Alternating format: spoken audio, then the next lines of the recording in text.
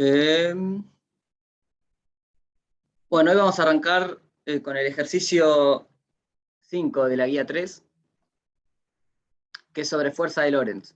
Hasta ahora lo que vimos es cómo una distribución de corrientes genera un campo magnético. Ahora lo que vamos a ver es cómo ese campo magnético hace fuerza sobre cargas. En particular, los campos magnéticos hacen fuerza solamente sobre corrientes, o sea, sobre cargas con velocidad.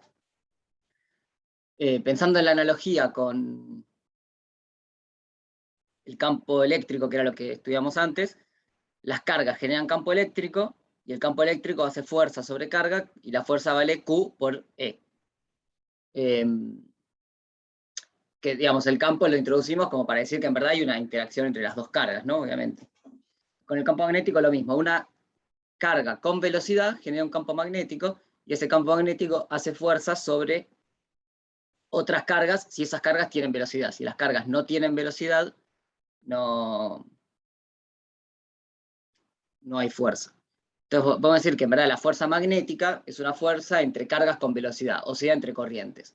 Las cargas quietas se generan fuerzas eléctricas o electrostáticas entre sí, y las corrientes o las cargas con velocidad, fuerzas magnéticas. ¿Cuánto vale esta fuerza magnética?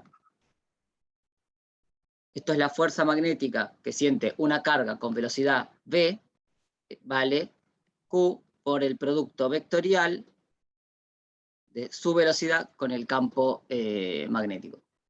Ahora vamos a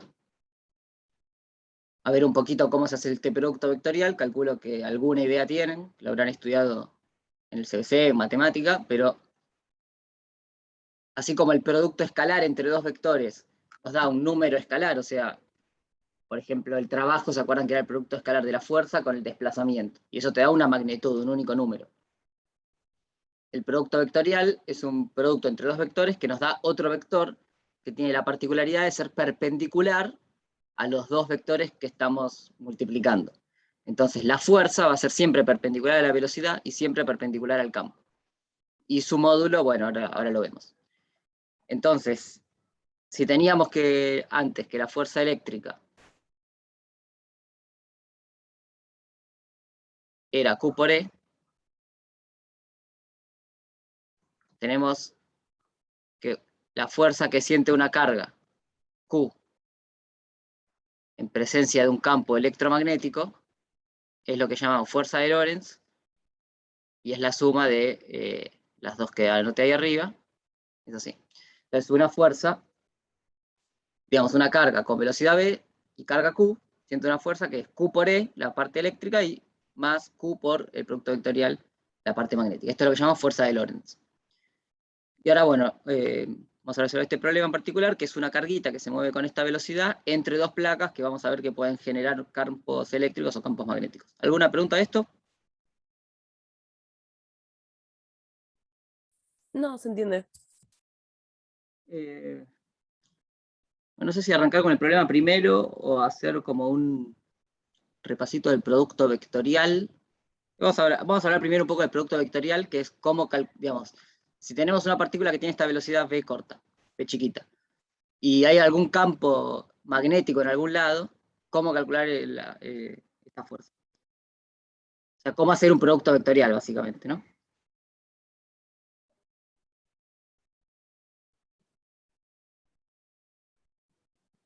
Si tenemos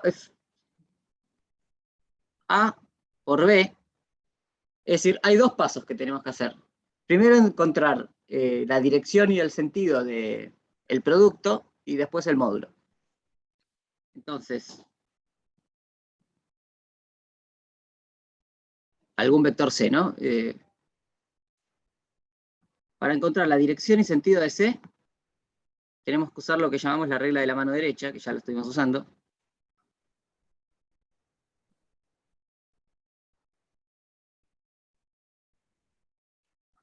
Perdón por la letra. Esta vez no preparé la clase, o sea, la preparé, pero no armé un archivo. Entonces, por ejemplo, si A apunta en una dirección y B apunta en otra dirección, hacemos el producto de A hasta B, ponemos la mano, la palma en A y nos movemos hacia B, y el hacia donde nos apunta el dedo gordo es hacia donde va a apuntar C. Ejemplo, si esto es A y B está, digamos, hacia atrás, bueno, C va a hacer algo así, ¿no? Esto pensémoslo en 3D, ¿no? Si A es el eje X y B es el eje Y, C va a estar en el eje Z, ¿está bien? Y el módulo de C,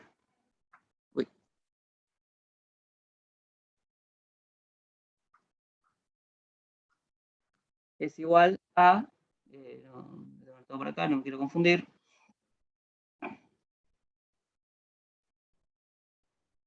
es el módulo de A por el módulo de B por el seno del ángulo que forman entre A y B.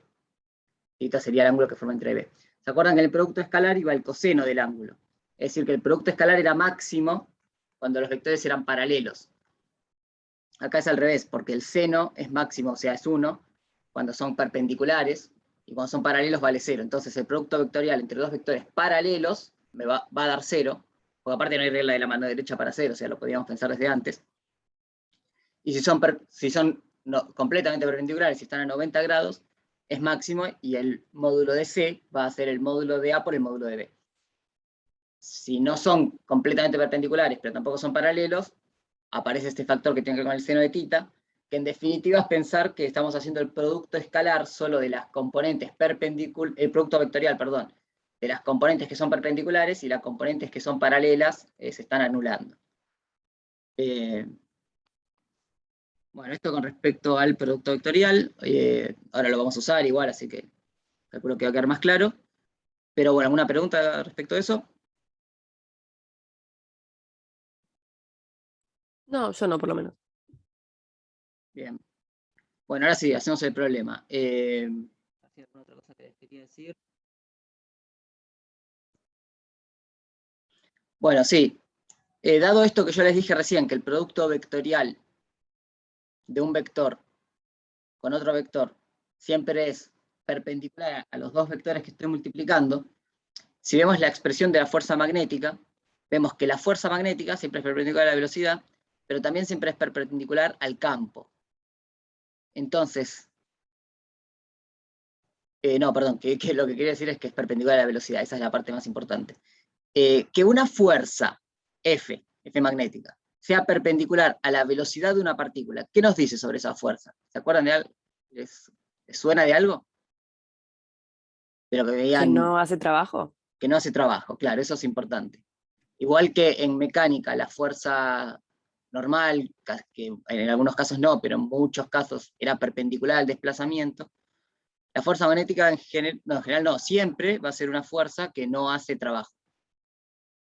Es decir, no le agrega energía a una carga que está en un campo magnético.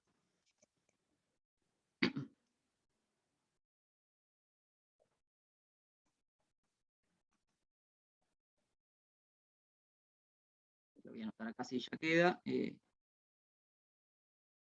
La fuerza magnética es perpendicular a la velocidad, entonces B, que es el que genera esa fuerza, no hace trabajo.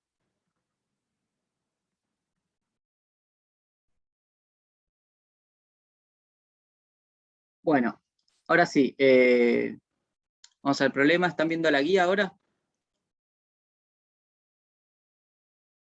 ¿Están viendo la guía o siguen viendo el pizarrón? Sí, se ve la guía. Ok.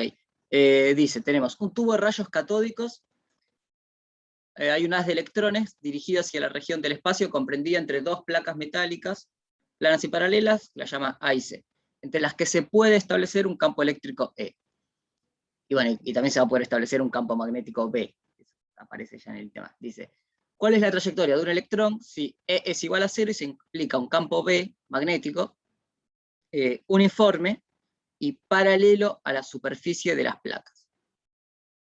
Entonces tenemos, para el ítem A vamos a ver que tenemos estas dos placas que nos van a generar un campo electromagnético, un electrón que viene moviéndose y queremos ver la fuerza. En el ítem A nos dice que el campo E es 0 y el campo B es paralelo a las placas. Paralelo a las placas, en verdad, no nos da toda la información que necesitamos porque puede estar en distintas direcciones y sentidos. O sea, paralelo a las placas significa que están en un plano, pero puede apuntar en una dirección o en otra.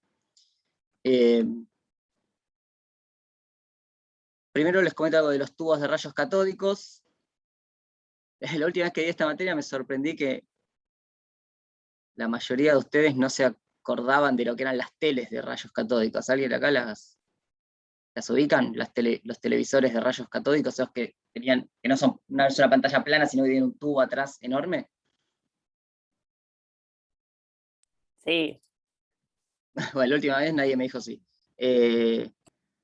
Bueno, funcionan con este mismo mecanismo.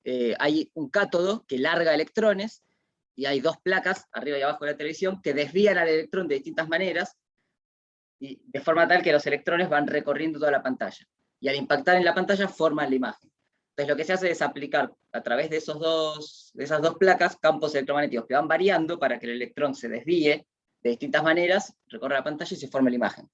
Y con este tipo de experimentos es que se descubrieron los electrones directamente, ¿no? A fines de 1800, si no me equivoco.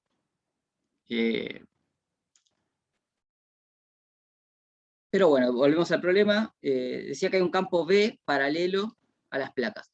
Obviamente estas placas pueden generar campos eléctricos si las cargamos. Si la placa de arriba tiene más carga positiva y la de abajo negativa, por ejemplo, va a haber un campo E hacia abajo. Pero también puedo generar un campo magnético si las mantengo descargadas, o sea, con la misma cantidad de cargas positivas y negativas, pero hago que circule corriente por la placa. Entonces, como que tenemos la libertad de, en esas placas, generar campos eléctricos y campos magnéticos de manera indistinta. Una es cargando y otra es generando corrientes.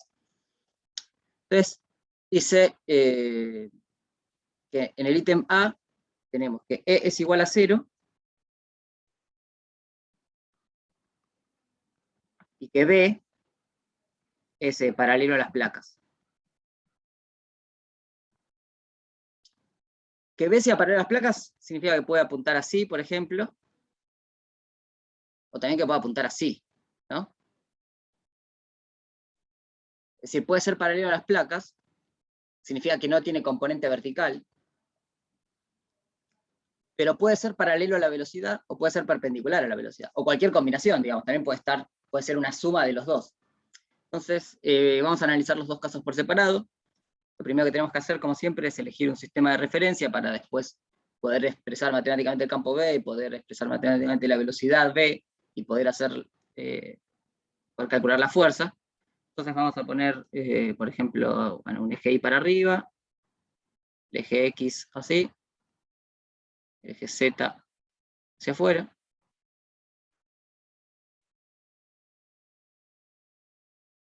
Entonces, esto lo vamos a llamar Bx,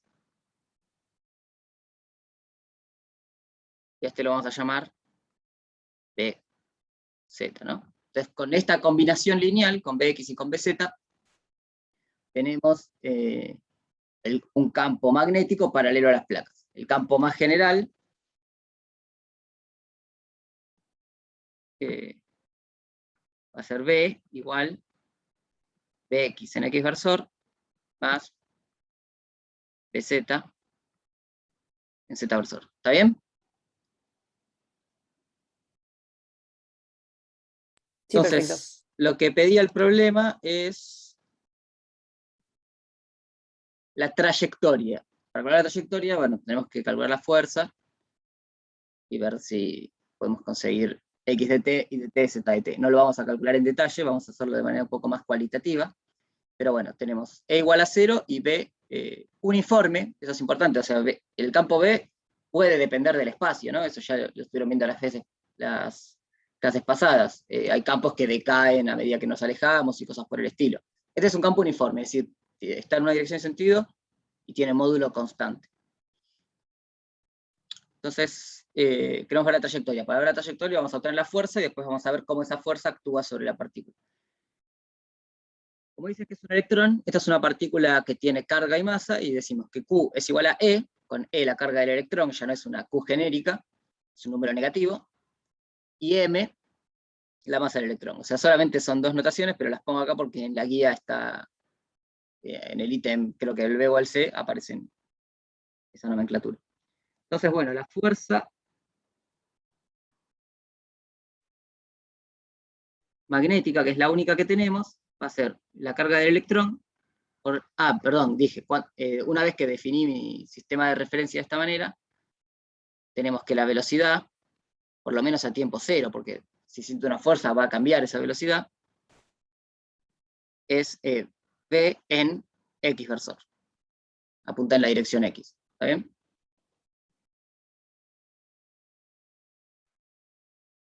La velocidad, producto vectorial, el campo.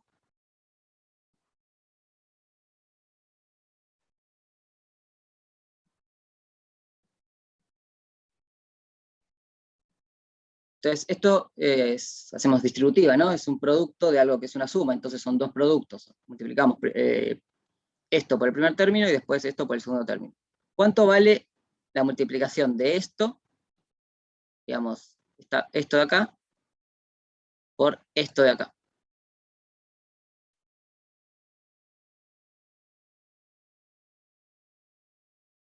Acuérdense que acá ya estuvimos viendo cómo actúa el producto vectorial. 0, porque son paralelas. Perfecto. Eso vale 0. Estamos haciendo un producto de dos vectores que apuntan en la misma dirección. Y el segundo término, que es un poco más interesante. Fíjense, estamos multiplicando algo que está en la dirección X, que es la velocidad, por algo que está en la dirección Z.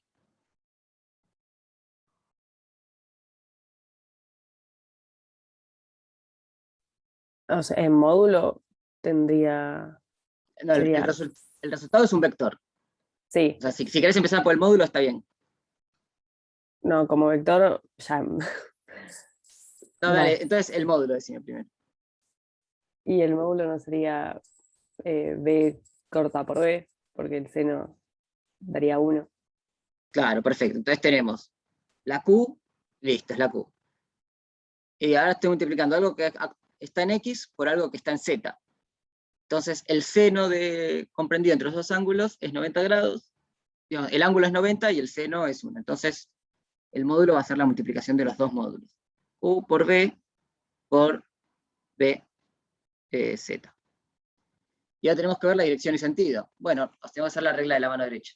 Entonces, ponemos la mano en X, vamos hacia Z, y el resultado nos da en menos I. Todos ven que el resultado es en menos I, esa es una parte importante. Si empezamos en X y nos movemos con la mano derecha hacia Z, nuestro pulgar apuntaría hacia abajo. ¿Está bien?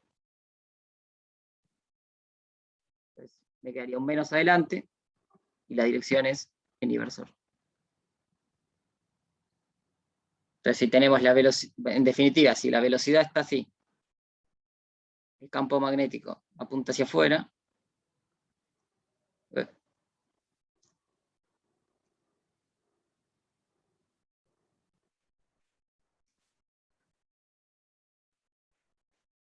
la fuerza apunta hacia abajo. ¿Está bien?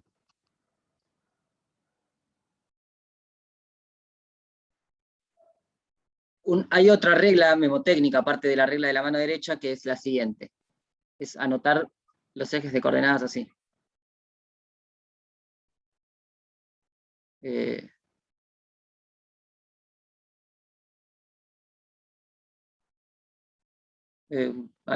Ahora me lo olvidé yo, pero es algo así como X por Y te da Z, Y por Z te da X, claro, entonces hay que repetir acá.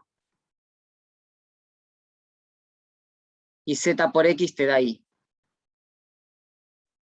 Y si querés hacer los otros, tenés que ir al revés. Y por X te da menos Z, X por Z te da menos Y, que es lo que hicimos recién, y Z por Y te da menos X. Entonces, si vas para la derecha, va con positivo, y si vas para la izquierda, da con negativo.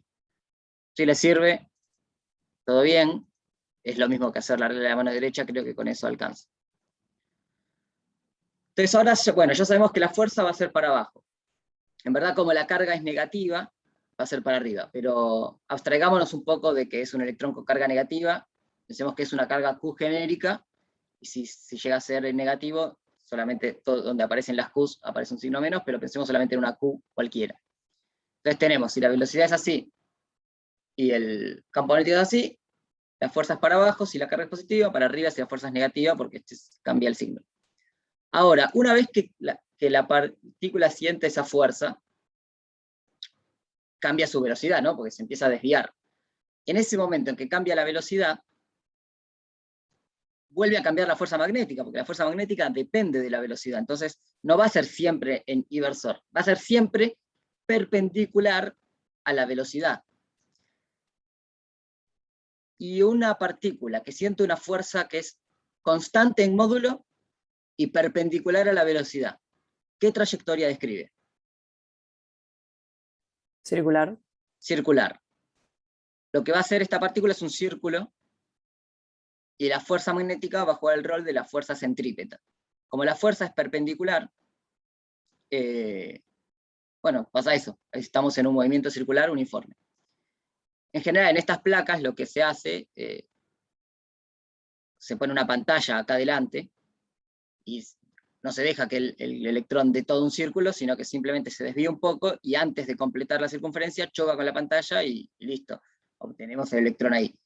Pero si lo dejásemos girar, digamos, si lo dejásemos que se mueva libremente, una partícula en un campo magnético sigue un movimiento circular. Si tuviese una componente de la velocidad en otra dirección, por ejemplo, en el eje Y, esto ya lo digo por fuera del problema, es decir, esa componente no se vería alterada, digamos, una velocidad que no es perpendicular al campo B, no se ve alterada, entonces hace un MRU. Entonces tenemos que, si hay una velocidad genérica y un campo magnético, la componente perpendicular al campo magnético va a describir un movimiento circular, y la componente paralela un MRU. Entonces vamos a tener una especie de espiral. Pero no es este el caso. Entonces, bueno, esto lo voy a anotar. Esto que dijimos de que hay un movimiento circular, bueno, al sentir la fuerza, cambia B. Solo cambia en dirección igual, ¿no? El módulo se mantiene siempre igual. Claro. Sí. Ok. Porque es justamente un MCU. Claro, sí. Entonces vuelve a cambiar F. O sea que este resultado, lo que quiero decir es que este resultado que encontramos acá vale en el instante inicial. Cuando se empieza a mover, va a cambiar la dirección. Y eso es lo que justamente va a ir girando para hacer centrípeta. Entonces tenemos como F es perpendicular a B y constante en módulo.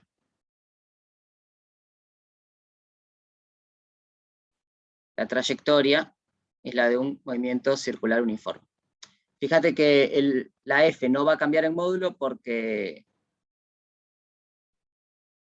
el B de Z es constante y B no cambia en módulo. Acabo de decir por qué B no cambia en módulo. B no cambia en módulo porque la fuerza es perpendicular, entonces le hace solamente cambiar de sentido. Si tuviese una componente, si la fuerza tuviese una componente paralela a la velocidad, cambiaría en módulo, pero no es el caso. Claro. Eso es tal cual a lo que vieron en mecánica cuando estudiaron movimiento circular. Bueno, eso para el ítem A.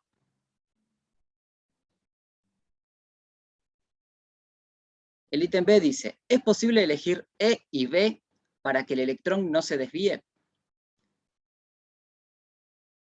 ¿Es posible? ¿Qué les parece? Bueno, capaz ya vieron el resuelto, ¿no? Pero, digamos, el campo B dijimos que genera una fuerza magnética que actúa en este sentido. No, porque siempre va a ser perpendicular a la velocidad. Claro, la fuerza Es algo magnética. que se anula. La fuerza magnética siempre va a tener una componente así.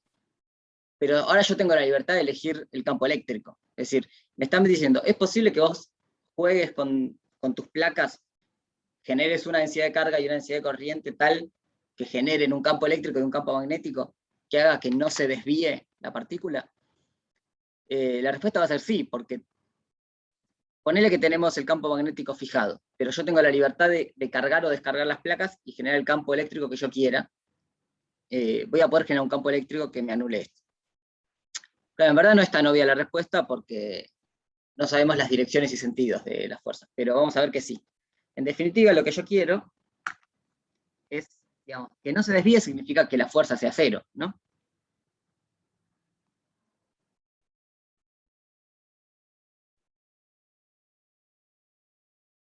Queremos que la fuerza sea cero, y la fuerza vale esto que está acá, la fuerza de Lorentz, porque ahora yo estoy prendiendo un campo eléctrico. Entonces, para que esto sea cero, tenemos que pedir que Q por E sea igual a menos Q por B vector B, ¿no? Básicamente igualé esto de acá a cero y pasé uno de los términos para el otro lado. ¿Está bien?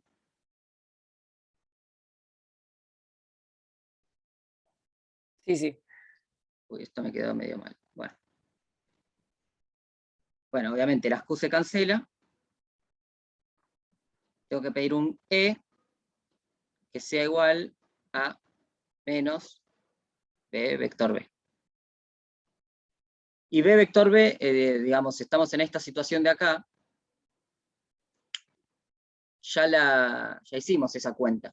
Es lo que hicimos acá arriba, ¿no?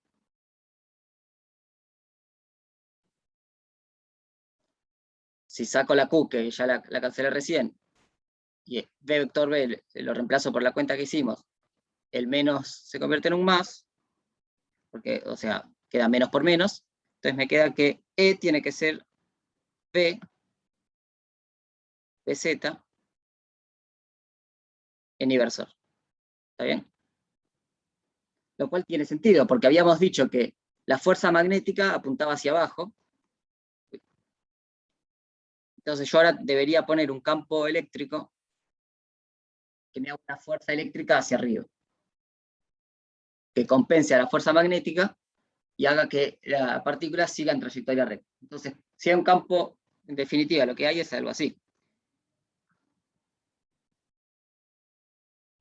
Un campo eléctrico hacia arriba,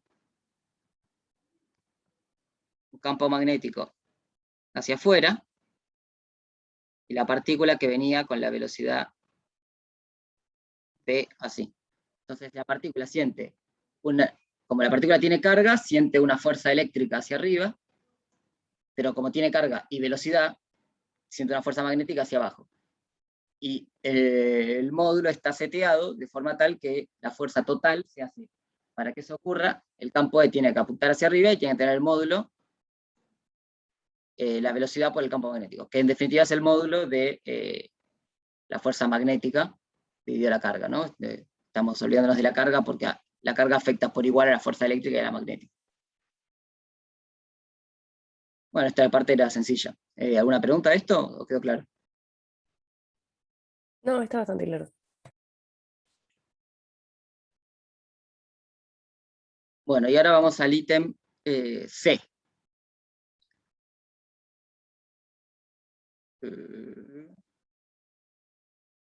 Dice, ¿es posible calcular el cociente E sobre ME, o sea, la carga dividida la masa, aplicando al tubo un campo eléctrico y o un campo magnético? Eh,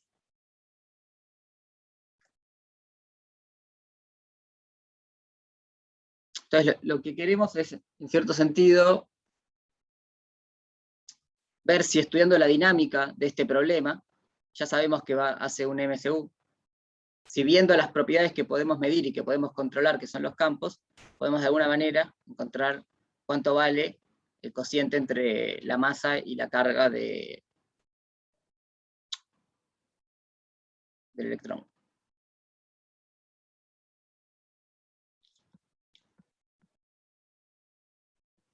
Entonces lo que queremos hacer es averiguar cuánto vale, ¿cómo era? ¿E sobre M o M sobre E? Q sobre M, digamos, ¿no?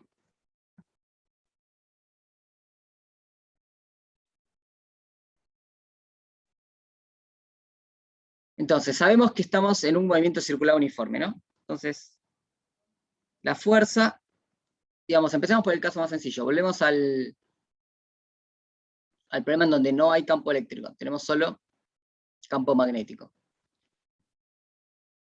La fuerza en módulo vale Q por B por el campo magnético, ¿está bien?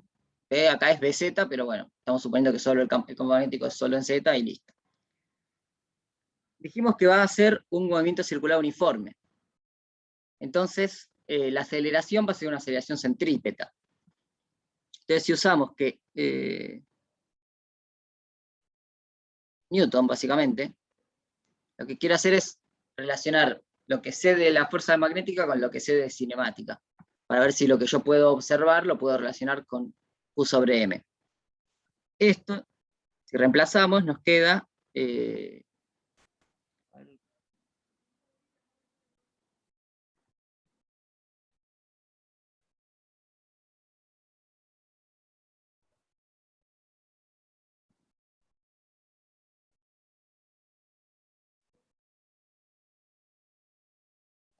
esto es la aceleración centrípeta, ¿se acuerdan que era P cuadrado dividido R?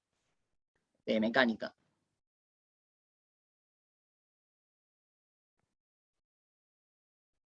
Y acá, listo, nos queda el cociente que nos pide el problema, Q dividido M, igual a paso B dividiendo,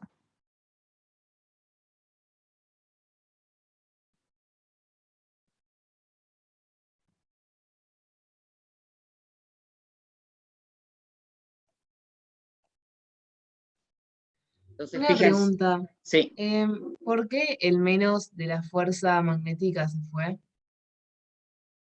porque estoy pensando en el módulo.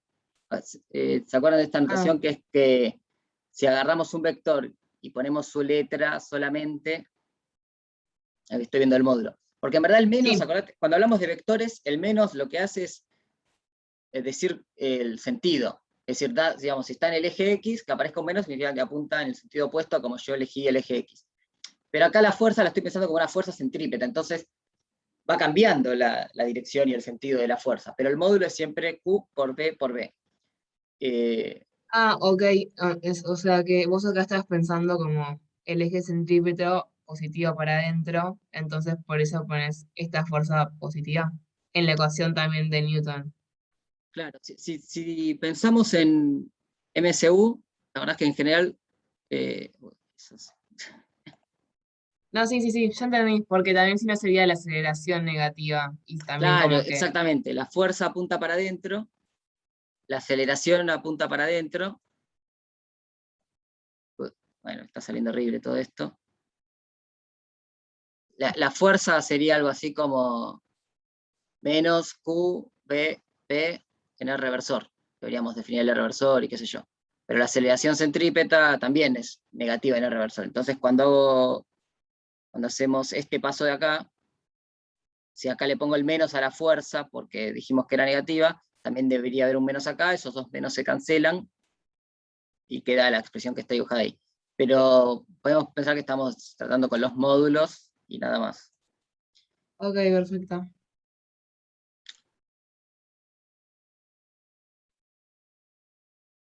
Básicamente estamos usando los resultados del movimiento circular uniforme, porque ya habíamos encontrado antes que estábamos en un movimiento circular. Bueno, entonces listo, podemos encontrar el cociente Q sobre M en función de parámetros del problema. Obviamente R no es un parámetro, pero eso es lo que podemos medir. A lo que apunta esta pregunta es que este tipo de experimentos se hacen para hallar de distintas partículas este cociente. Uno puede conocer la velocidad con la que salen, depende de la energía que le das al cátodo, sería, o al objeto que larga las partículas. El campo magnético es algo que uno controla, y el R es algo que uno mide. Entonces, sabiendo la velocidad, sabiendo B el campo y midiendo R, se puede obtener este cociente. Mientras más grande sea este cociente, más chico va a ser el radio, ¿no? Entonces, una partícula que hace un radio chiquito significa que el cociente vale tanto, una partícula que hace un radio más grande en un campo magnético significa que el cociente vale tanto, y bueno, permite obtener esto.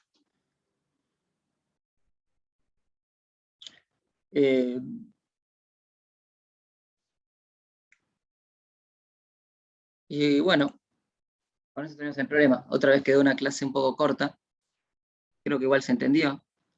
Entonces, acuérdense que para este tipo de problemas, no sé cómo ir hacia... Bueno.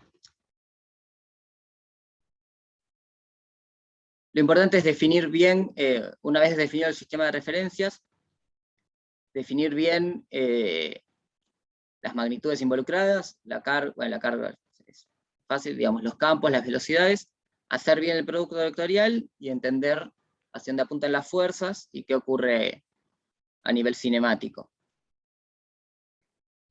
Pero conceptualmente lo que tenemos ahora es esto que les decía al principio, que hasta recién solo veíamos cómo distintas configuraciones generan campos magnéticos, pero no sabíamos qué hacían esos campos magnéticos. Bueno, ahora vemos que los campos magnéticos hacen esta fuerza, ¿no?, sobre cargas en movimiento. Y les comento, esto no sé si después va a aparecer en la guía, que también los campos magnéticos no hacen fuerzas sobre los imanes, que es, digamos, lo que uno más relaciona con campos magnéticos, sino que hacen torques sobre los imanes. Un imán básicamente tiene un polo norte y un polo sur, y lo que hace un campo magnético es alinear el imán con el campo. Esa es la forma en que funcionan las brújulas, por ejemplo. Está el campo magnético terrestre y la brújula se alinea con el campo magnético. No hacen fuerzas en el sentido de que no le dan una aceleración, no es que se empiezan a mover, pero sí le hacen un torque, lo giran, lo alinean el imán con los campos magnéticos. Y esas son las primeras observaciones que hay de los campos magnéticos con los imanes. Después se encontró que los imanes en verdad están compuestos por cargas con velocidades a nivel microscópico. Pero bueno, esto es todo. ¿Alguna pregunta?